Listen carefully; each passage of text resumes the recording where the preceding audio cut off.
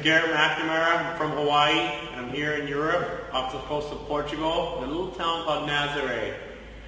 It's the only place in the world that I know about that has rogue waves on the beach. The rogue waves are created from this 1,000-foot deep canyon that runs all the way to the shore.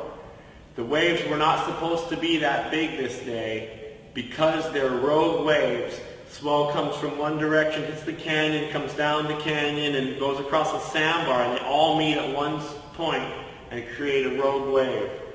As I rode this wave, it seemed pretty massive, but I couldn't quite tell how big it was.